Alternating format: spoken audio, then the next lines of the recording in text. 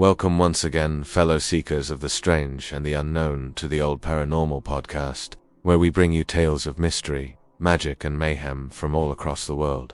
Tonight, for our third episode, we are going to be delving deep into the Led Zeppelin lore with the curse of Jimmy Page.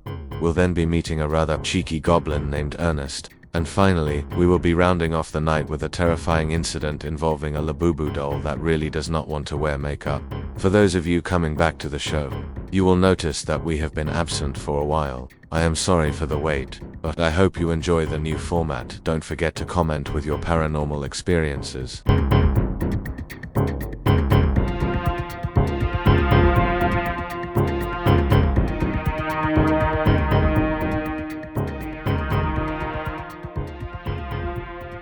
We are starting today with a new section called The Doomed and the Damned, and today's topic is the curse of Jimmy Page.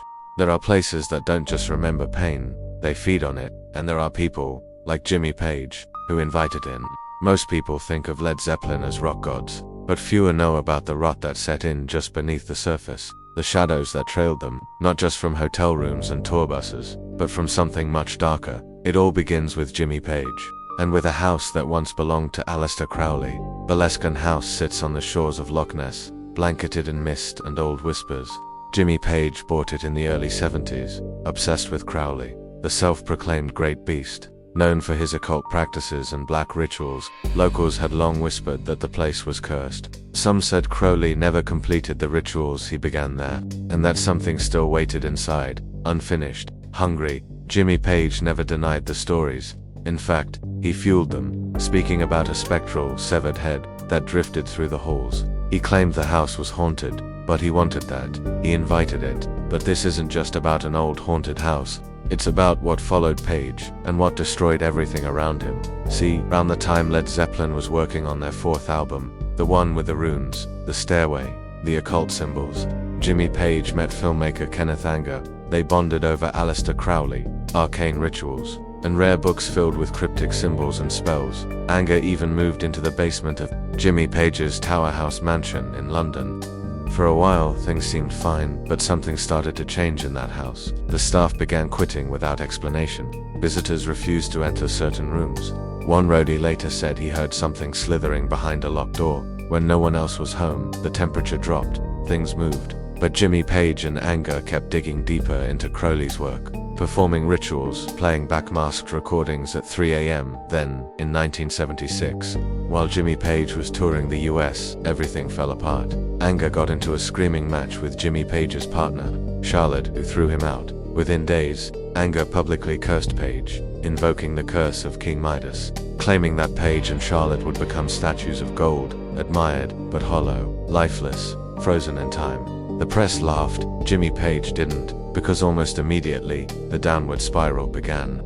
The next year, Robert Plant's young son, Carrick, died suddenly of a mysterious illness. It shattered Plant, and the band never truly recovered. Some of the bandmates didn't even attend the funeral. Then, in 1978, Sandy Denny, who sang with Plant on the Battle of Evermore, died after falling down a flight of stairs. Just a year later, John Bonham, Led Zeppelin's legendary drummer, drank himself into a coma and died in Page's home. By 1980, Led Zeppelin was over, not because of egos or fading fame, but because they were broken. Jimmy Page retreated into isolation. Every project he touched after that failed. His one solo album flopped. It was as if the music stopped speaking to him. Mick Wall, a respected rock journalist who interviewed Anger, believes the curse worked. He said Jimmy Page still sits in the same room where Bonham died, the same room where the clock stopped, literally, the night Bonham passed. Page never moved on, he never left, he just froze. A golden statue, admired from afar, untouchable, unmoving. Now, skeptics call this coincidence, just rock and roll excess catching up to them. But if you ask those who were close to the band, the ones who remember the cold air in the Lescun house, the whispers in Tower House, the endless rituals, they'll tell you something else. They'll say the devil didn't come for Led Zeppelin, they went looking for him, and when they found him, they didn't realize he doesn't give things back.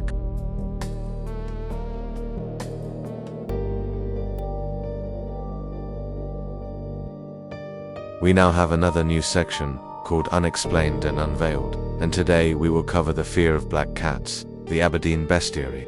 the strange phenomena of doppelgangers, and the bizarre case of Ernest the Goblin. Let's start with the superstition of black cats.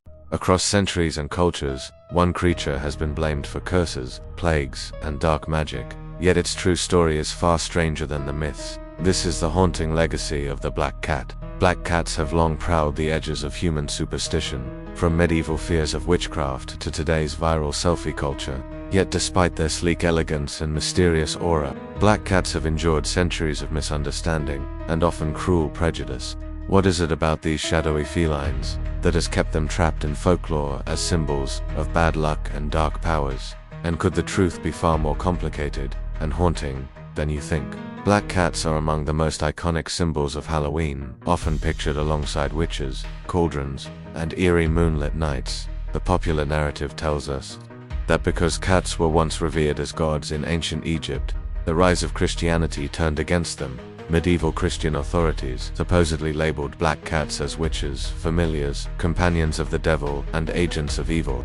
This association allegedly sparked a horrific cat massacre, which led to an explosion of rat populations, blamed in turn for spreading the Black Death. But historians now say this story, repeated for centuries, is more myth than fact. Black cats were never the widespread victims of a feline genocide. The alleged papal decree, often cited, Vox and Rama, is itself surrounded by confusion.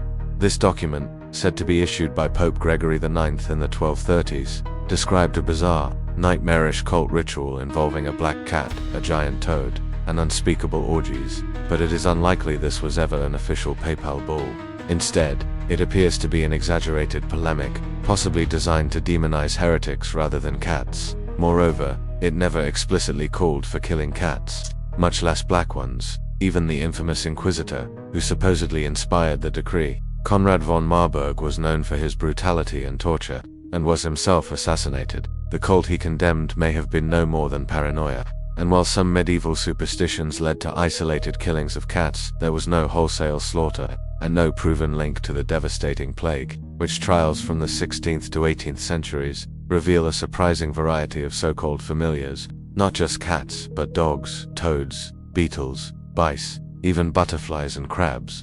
Cats were indeed common companions, but far from unique in their association with witches. So why, then, do black cats still carry this sinister reputation? The answer might lie closer to modern times, in a surprisingly 21st century problem. Animal shelters report black cats as the hardest to adopt. Studies by the RSPCA from 2015 to 2017 found it takes an average of 30 days to rehome a black cat, compared to 19 days for ginger cats, and 23 for tabbies. Some shelters even hesitate to rehome black cats near Halloween, fearing they could be targeted in blood rituals or sacrifices. Before I continue, if this story gave you chills so far, and if you've ever experienced anything remotely this creepy, drop a comment. I read every single one. Don't forget to subscribe. And if you like true horror stories like this, there's more coming that's even scarier. Though such rumors circulate widely, blaming occultists, Satanists, or troublemaking youths, investigative sources like Snopes have found no verified cases of organized black cat sacrifices. The myths persist, but concrete evidence is lacking. Still, the fears linger, harming innocent animals. Part of the black cat's ongoing struggle stems from a quirk of modern technology. They are notoriously difficult to photograph in dim lighting. Their fur often melts into a shapeless black silhouette, making them less Instagrammable than their more colorful feline cousins. As social media drives pet popularity, black cats often lose out.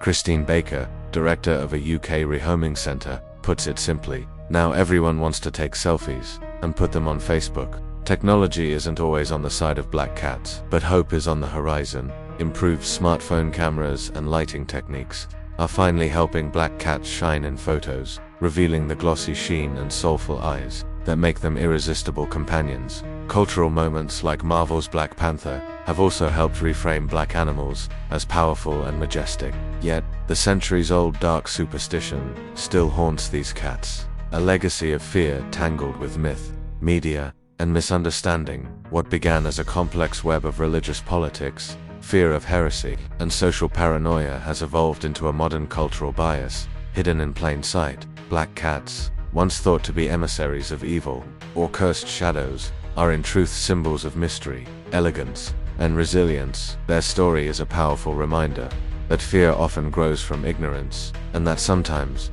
the darkest legends have the brightest truths beneath them.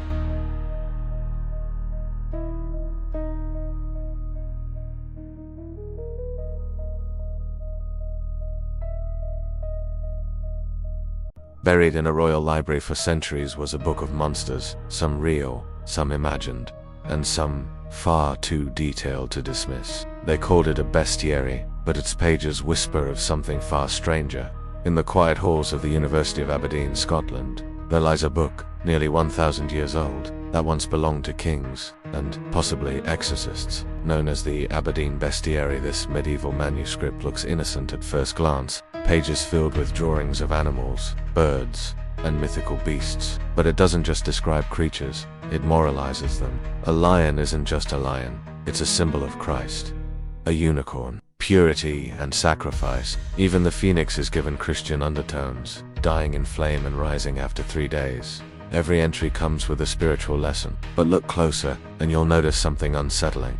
These allegories aren't always moral guidance. Sometimes they feel like warnings. Written and illuminated in England around the year 1200, the Aberdeen Bestiary wasn't just for education, it was a spiritual weapon. A coded manual to help clergy interpret nature and possibly detect the unnatural. Dragons, basilisks, creatures that shouldn't exist are drawn with disturbing clarity, down to fang, claw, and behavior. Some scholars believe these weren't fantasy at the time. They were believed to be real threats, metaphysical or otherwise. But here's where it gets darker. The manuscript vanished for centuries. It didn't resurface until 1542, when it appeared in the royal inventory of Henry VIII, listed as book number 518, on the nature of beasts.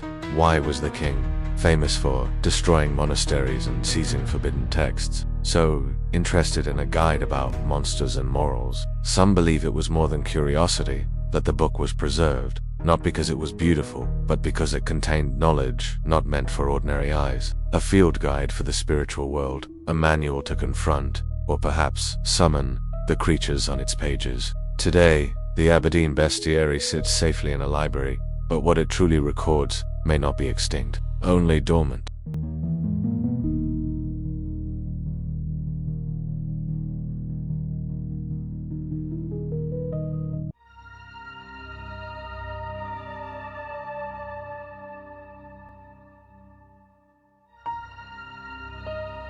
Doppelgangers are often seen as evil and sinister due to the belief that witnessing your own doppelganger is an omen of death.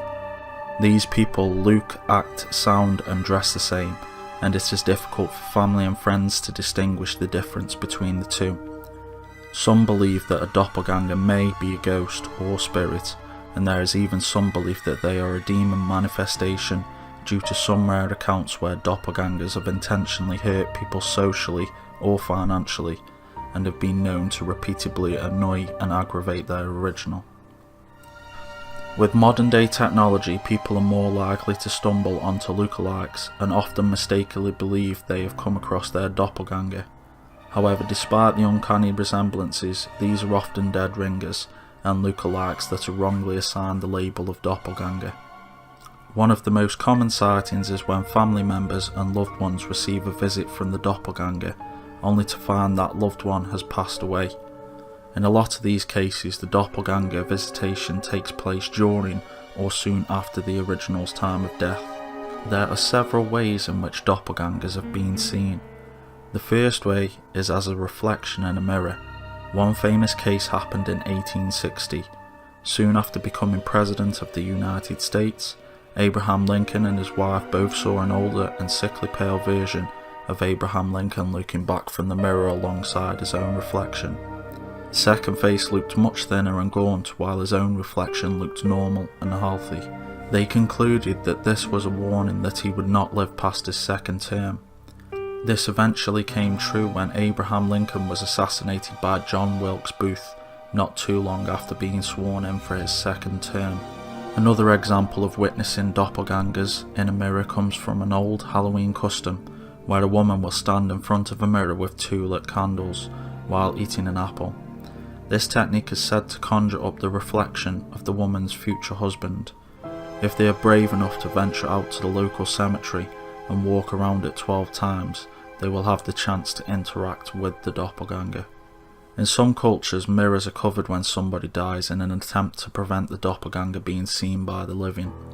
In this instance, they are often known as a fetch and named in reference to them fetching the dead. The second way of seeing a doppelganger can happen unexpectedly and involves somebody coming across one in a general way, such as walking past one or entering a room and finding them sat in your favourite seat. When witnessing your own doppelganger, it is commonly reported that one's own death will soon follow. One such case is that of Catherine the Great. One night she is said to have been awoken by her servants and told that she had been seen entering the throne room. When she investigated, she found a doppelganger sat calmly on the throne. Catherine ordered her guards to fire at the doppelganger. It is unknown what happened to the doppelganger when they fired, but Catherine did die soon after the incident.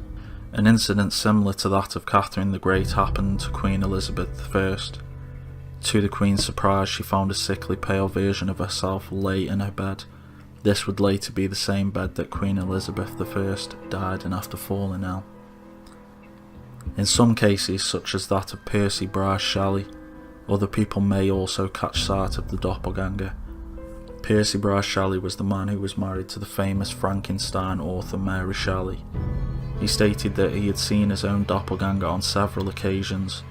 One of Mary Shelley's friends named Jane Williams had also witnessed Percy Bryce Shelley's doppelganger, as he would often walk near her home and then disappear. These occurrences happened when Percy Bryce Shelley was away from the area, confirming that it was not him that they were seeing. He would later drown in a sailing accident in 1812.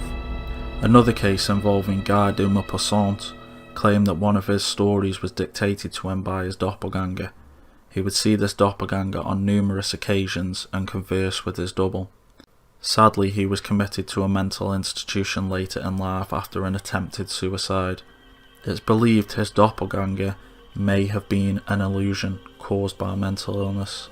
Not all doppelganger sightings have led to doom and gloom. The famous writer, poet and politician Johann Wolfgang von Goethe was travelling along a footpath after leaving a lady. In his mind's eye, he saw himself riding past wearing different clothes. He was aware this person was not real and found the incident soothing and soon forgot about the strange incident. 8 years later, while visiting the same lady, he found himself on the same footpath and realised that he was wearing the same clothes that he had seen his doppelganger wearing 8 years prior. There was another occurrence where he saw a friend wearing his dressing gown. This again strangely happened in what he described as his mind's eye. When he returned home, to his surprise he found his friend was in his house wearing his dressing gown. The reason for this was that he had been caught in a downpour and borrowed the dressing gown while drying off. The third type of sighting involves the doppelganger being witnessed and performing actions that the original will later replicate. One example of this is that of the Vardiger, which is often regarded as a good omen rather than the ill omens more commonly associated with doppelgangers. A Vardiger is from Scandinavian folklore and involves a form of deja vu in reverse. The spirit or doppelganger may be seen, heard or smelt in their home or other location minutes or even hours before the original arrives, only to replicate the actions that the witness had already seen their doppelganger perform. This type of sighting is considered to be caused by bilocation. The theory of bilocation involves the doppelganger being seen as an astral projection that takes on physical qualities and is projected by the original. In these situations, doppelgangers have interacted with people, which is often the case in the fourth type of sighting. This type of sighting involves a third party such as a friend witnessing the doppelganger alongside the original. These types of sightings often involve the replica mirroring the actions of the original. In some cases, those actions may have a slight delay and can appear as if it is a replayed recording. One of the strangest cases involving this form of doppelganger is that of Emily Sagi, who was a 32-year-old teacher at an exclusive girls' school. Her previous experience indicated that she had frequently moved from school to school. Over the span of 16 years, she had worked in 19 different teaching roles, which was considered unusual. The school soon became aware of the phenomena that may have been the cause of her frequent job moves. Sat in class while Emily Sargi taught the lesson, 13 students watched in awe as Emily Sargi's doppelganger mirrored all her movements. Despite being completely oblivious to a doppelganger and its actions, there were other instances where people witnessed the doppelganger mimicking her while she ate. During these sightings, Emily Sargi would become groggy and appear fatigued. The sightings soon became stranger, as the doppelganger would no longer mimic Emily Sargi. On one occasion, students watched Emily Sargi through the window as she was gardening while her doppelganger sat in the classroom with them sewing in the corner. Some of the girls approached the apparition and touched her, claiming that it felt like they were running their hands through cobwebs. During some other manifestations, students had walked through the doppelganger and explained that it felt like they had walked through fabric. In a discussion with Emily Sargi, it was revealed that her doppelganger would be seen doing things that she would be thinking about. Understandably, some of the children were scared by the unnatural phenomena, which led to some children refusing to go to school and in some cases leaving the school to move to other schools. It was at this stage that the school had to step in, and despite Emily Sargi being a great teacher, she lost her job. Another strange case happened in the 17th century. Missionaries and explorers had arrived to the New World and surprisingly found many tribes in New Mexico were already practicing Catholicism. They claimed that a lady in blue had converted them. After a great deal of investigation, they found a young Spanish nun wearing blue garments, named Maria de Jesus de Agreda. Despite never leaving the convent, she claimed that she had bilocated across the ocean to what she referred to as the Savage Land and taught the Indians about Christianity. At first they believed that she had performed some form of witchcraft, but they settled on it being power of divine origin. She became a bit of a celebrity and even led a convent. Despite writing a couple of books discussing how she acquired her powers, she began to change her story and eventually claimed she was pressured into saying she could perform bilocation and shifted to saying it was true again. Whether true or not, despite the new practices the tribes had acquired, there was one other strange fact. They also used crucifixes and religious items in their practices, which they said had been given to them. This indicates that the doppelganger may not have been an astral presence like in other accounts, but an actual person bearing gifts. Not so much a sighting, but a common theory was believed that some doppelgangers replaced their originals and took over their lifestyles. In order to do this, they would imprison or kill the original. This was believed to happen to children more often, possibly since children are much more vulnerable. If a child's behaviour suddenly changed, it wouldn't be uncommon to consider the child may be a doppelganger of the original. This originates from the Orkney Islands, where fairies, known as trolls, by the locals were believed to replace babies and children with replicas, which would become sick or die. In the eerie twilight of early October 2015, a scene of dread unfolded in the Cowdray Park suburb of Bulawayo, Zimbabwe. For months, residents had endured the torment of a malevolent presence known as Ernest, a so-called goblin wreaking havoc on their lives. Homes were pelted with stones, windows shattered, and whispers of terror echoed through the neighborhood. Some even claimed to have been accosted while wandering the streets after dark. A team of 4 seasoned Sikamtandas, what we would call witch doctors, descended upon the community to exorcise this demonic force. The air crackled with anticipation as hundreds of captivated onlookers gathered at the home of a woman rumoured to be harbouring the goblin. Led by the enigmatic Mafira Kariva, the team unravelled the sinister origins of Ernest. It was revealed that the creature was unleashed upon the neighbourhood as retribution for unpaid dues to a traditional healer.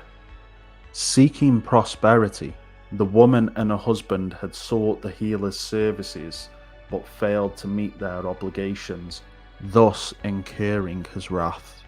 As the exorcism unfolded within the confines of the woman's home, the tension mounted. Eventually, the Sikamtandas emerged. bearing a grotesque creature resembling a rat, adorned with a horn and feathers. The eerie spectacle sent shivers down the spines of all who beheld it, a testament to dark forces at play. Residents shared harrowing accounts of their encounters with Ernest. Thulani Doob recounted the chilling experience of finding his wife in a trance-like state, seemingly engaged in illicit activities with an unseen entity. Others, like Manaioni, spoke of the terror of hearing Ernest taunting them, urging them to hurry as he waited impatiently. For some women, the horrors were even more insidious, as they recounted dreams of being violated by the creature while in a state of unconsciousness. The line between reality and nightmare blurred as they woke to the chilling realization of what had transpired. In the aftermath of the exorcism, a palpable sense of relief washed over the neighborhood. Yet the memory of Ernest's reign of terror lingered like a haunting spectre, a reminder of the darkness that lurks beneath the surface of the seemingly mundane. In this new section, called Sacred and Strange, we will be covering the science behind the first woman known as Eve. Well, the African god, and the meaning behind God's words, "Let there be light."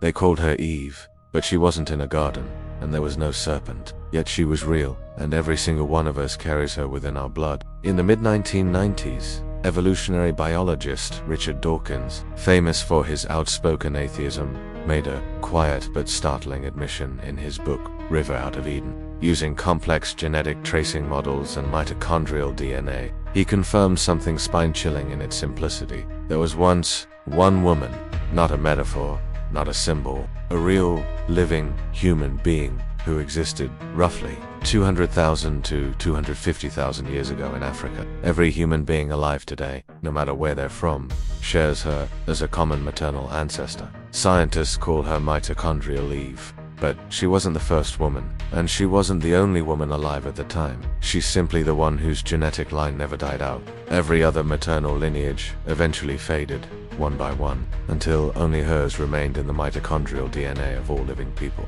Dawkins himself admitted, there has to be a woman of whom this claim can be made. The only argument is whether she lived here or there, at this time rather than that time. The fact that she did live in some place and at some time is certain. It's an eerie revelation, especially coming from a man so critical of religion, because whether by coincidence or design, science had confirmed something that echoed through sacred texts for centuries, that we all come from one woman.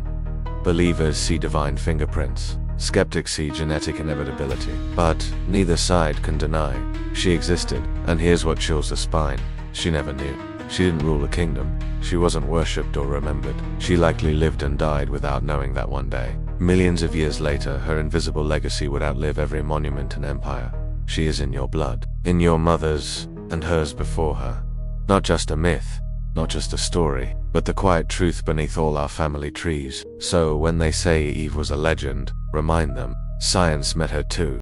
Long ago, the sun and moon were twins, until their battles threatened the world. So, a god tore them apart and created humanity to keep them distracted. Before time began, above the clouds and beyond the storms, there was, well, the creator god of the Abaluya people in Kenya. They called him the One on High, not just for his divine status, but because his heavenly palace stood atop immense, otherworldly pillars, towering above all existence. Well crafted the universe in 6 days, shaping the lands, skies, and seas from silence.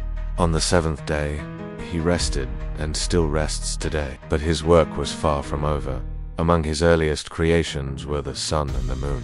Not just glowing orbs, but twins. Siblings of equal power, bright, radiant, and constantly at war. They clashed with such fury that even the heavens shook. Their battles scorched the skies and cast long shadows over the earth. To stop their chaos, Wele was forced to intervene. He ripped the twins apart, forcing one to rule the day and the other the night. But he knew their loneliness would grow, and with it, their anger. So he created a distraction. From dust and divine breath, Wele formed Mwambu, the first man, and gave him a companion, Sela.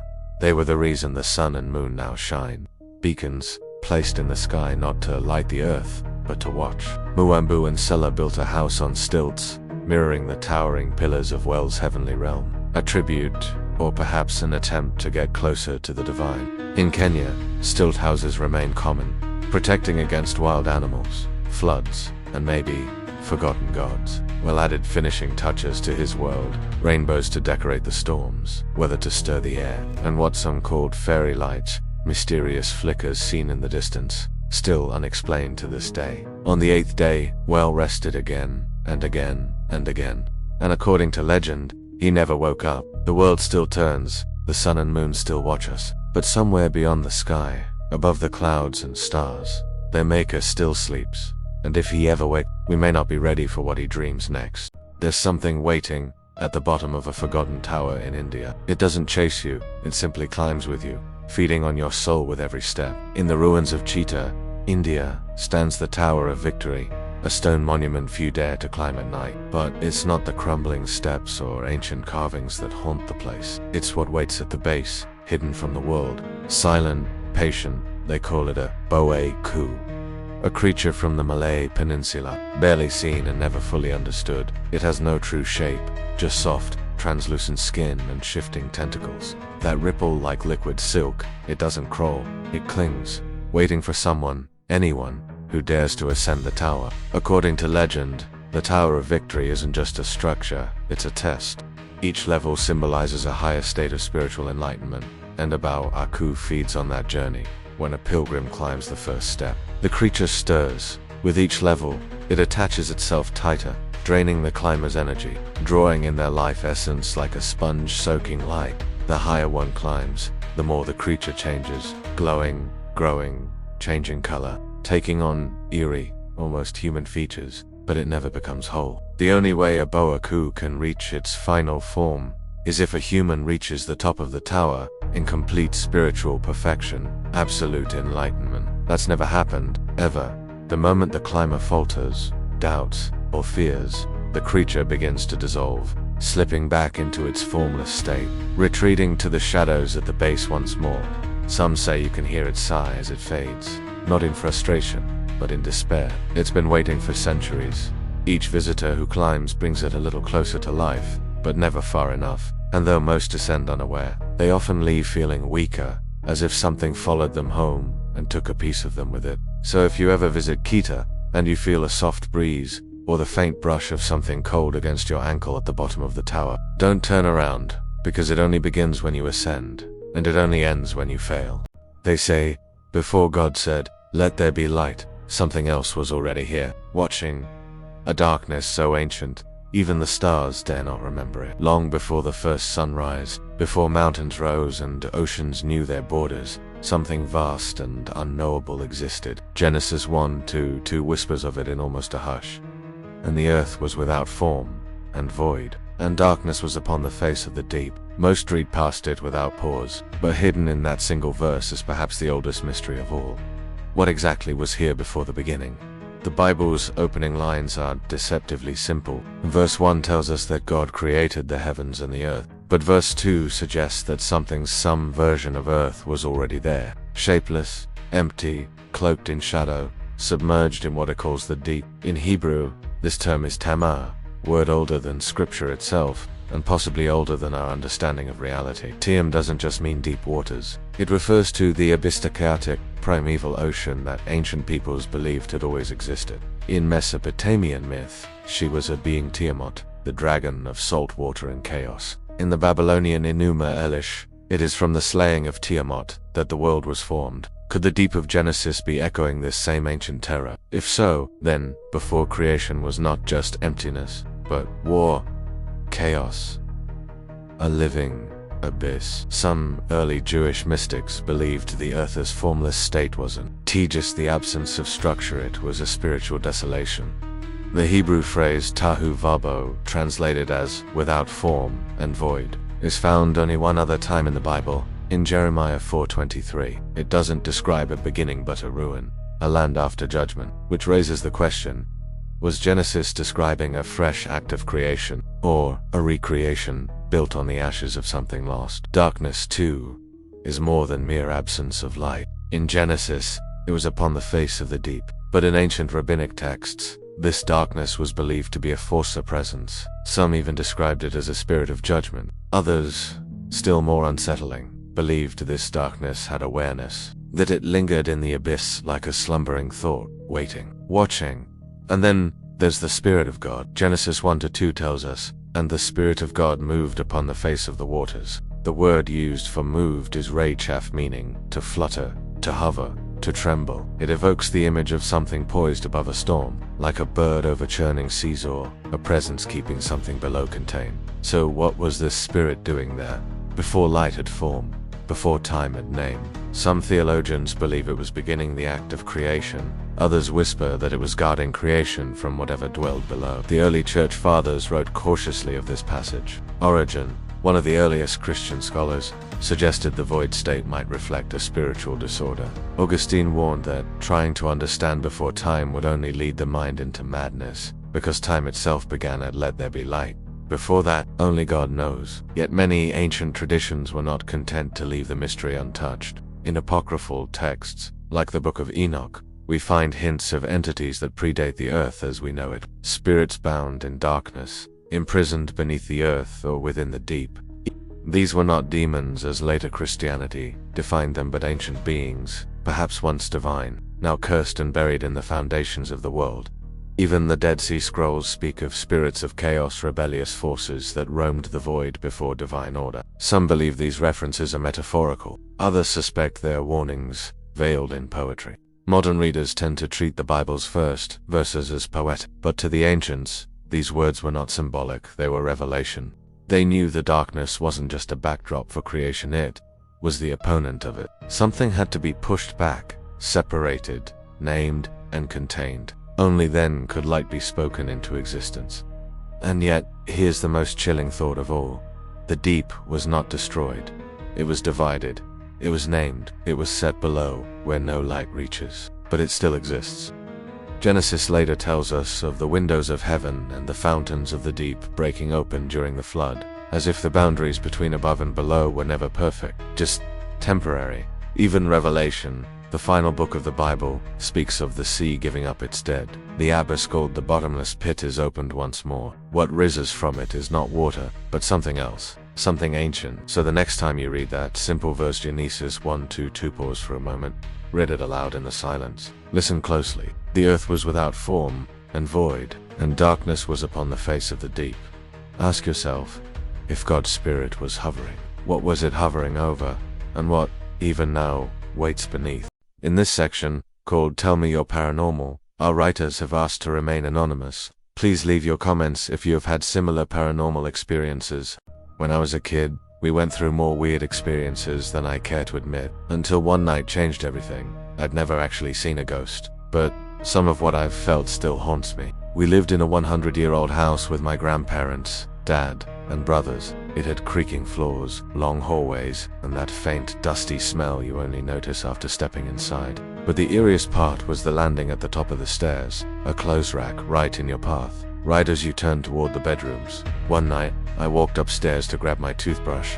As I passed the rack, the coat hangers started swaying. I froze. It could have been a draft, except the windows were shut. The air fell still, and I could feel a cold spot just nearby. Then, farther down the hall, a board creaked, not under my feet, under someone else's. Every sense screamed something was off, but I was alone, completely alone. I stood there, heart pounding, waiting for a door to open or a step to come closer. But nothing, just the hush of an empty house, thick with tension. The clothes hung still. I chalked it up to imagination, until it happened again, and again, each time. The same slow swing of hangers without wind, the same distant creak, even though the house had lived under my skin for years. Years later, in my early 20s, I helped my pregnant friend at a small pub that closed down a while back. It had an old beer cellar, a cramped, narrow stairwell leading down into utter darkness. I was just grabbing bottles for restocking when an odd sensation crept over me, the feeling of being watched. I laughed it off, until I heard a noise behind me. No wind, no one there, but definitely something. I shrugged and continued, but when I reached down to pull a bottle from the bottom shelf, another bottle crashed just inches from my foot. I jumped, nearly screamed. and I bolted up the steps without looking back. My friends, holed in the bar, swore they hadn't been messing around. No one would have had time to sneak in, but that bottle knocked off a high shelf. There was no other explanation. I felt too shaken to stay. That night, I couldn't sleep. There had been something down there with me.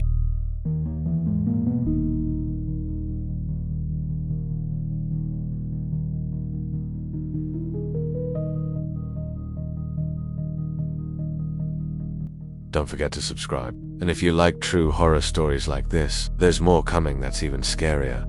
Fast forward, and I moved into another old house with my girlfriend and our baby. The first few nights were normal until I lay down to sleep. I drifted off, but woke minutes later in a panic. My body was pinned, my mind screaming, but my muscles frozen. A dark silhouette stayed by the bed until I broke free. It vanished instantly. Night terrors, I thought, but they'd stopped years ago, until we moved in. That same night, over the baby monitor, I heard it, a child, softly whispering, "Me, Mummy."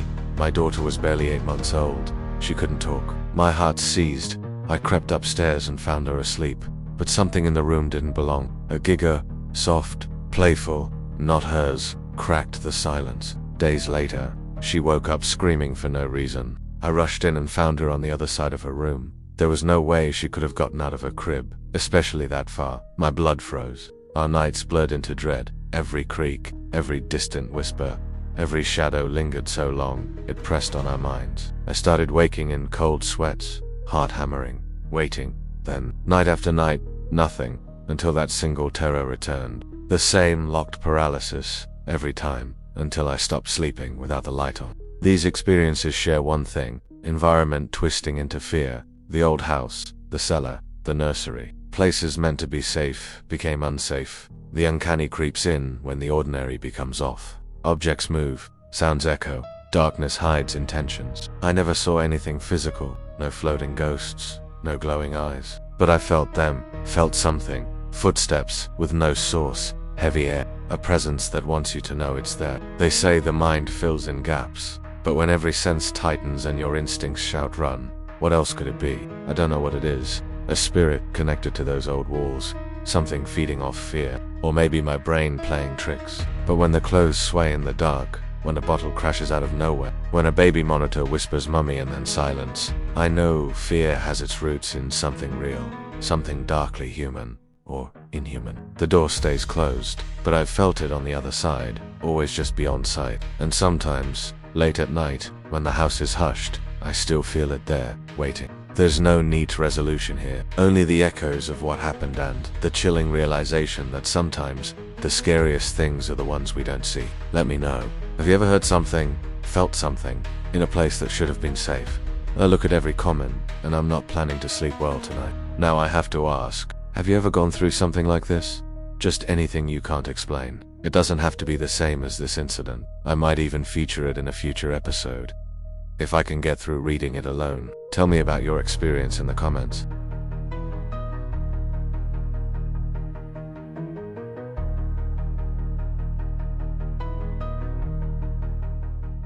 They found the Labubu and everything went wrong the moment they superglued eyelashes onto it. This account was posted on Reddit by Mindless Object 3455. They were browsing a town shop when a Labubu doll caught their eye. One of those collectible toys that come in blind boxes. They bought it as a joke and unboxed it in front of their friend. It had silly, wide vinyl eyes and a crooked grin. But laughter filled the moment. Emboldened, they decided to decorate it. Eyelashes glued on, tiny earrings dangling, glittered lips, and chain-draped limbs. That night, they suspended it from the ceiling light to dry, and that's when the first shiver set in. A few hours later, the pair stepped out to smoke. The night air in the woods surrounding the home was crisp and eerie. The decorative doll swung silently behind them in the dark. Without warning, a dog bolted toward a lurking badger. A horrifying growl pierced the night as the animals clashed fiercely.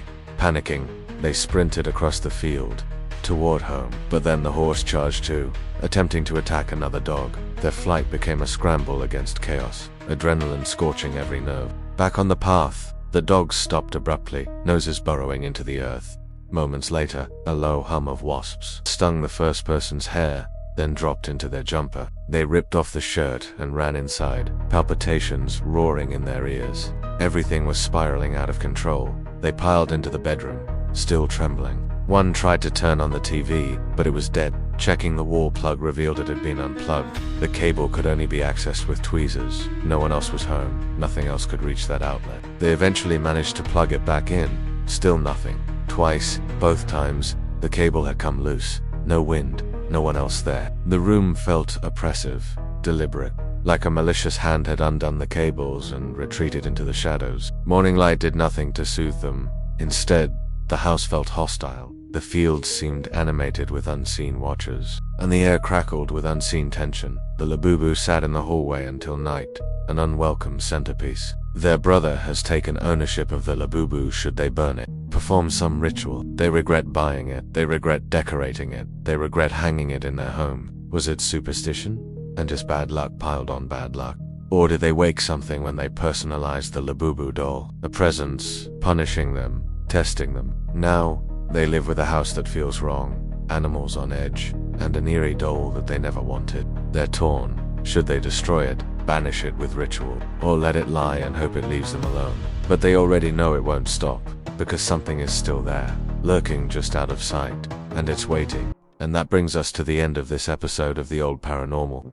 From ancient mysteries to haunted whispers, we've traveled through time today, exploring the eerie and the unknown. If you enjoyed our journey into the shadows, be sure to subscribe so you don't miss our next adventure. Leave a review and share this episode with fellow seekers of the strange. It's free and it helps others find this show.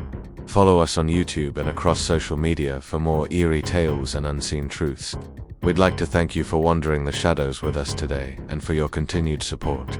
Your engagement fuels our passion for unearthing more historical hauntings and chilling folklore. So until next time, keep your candles burning and your eyes on the dark, because the past is never truly silent.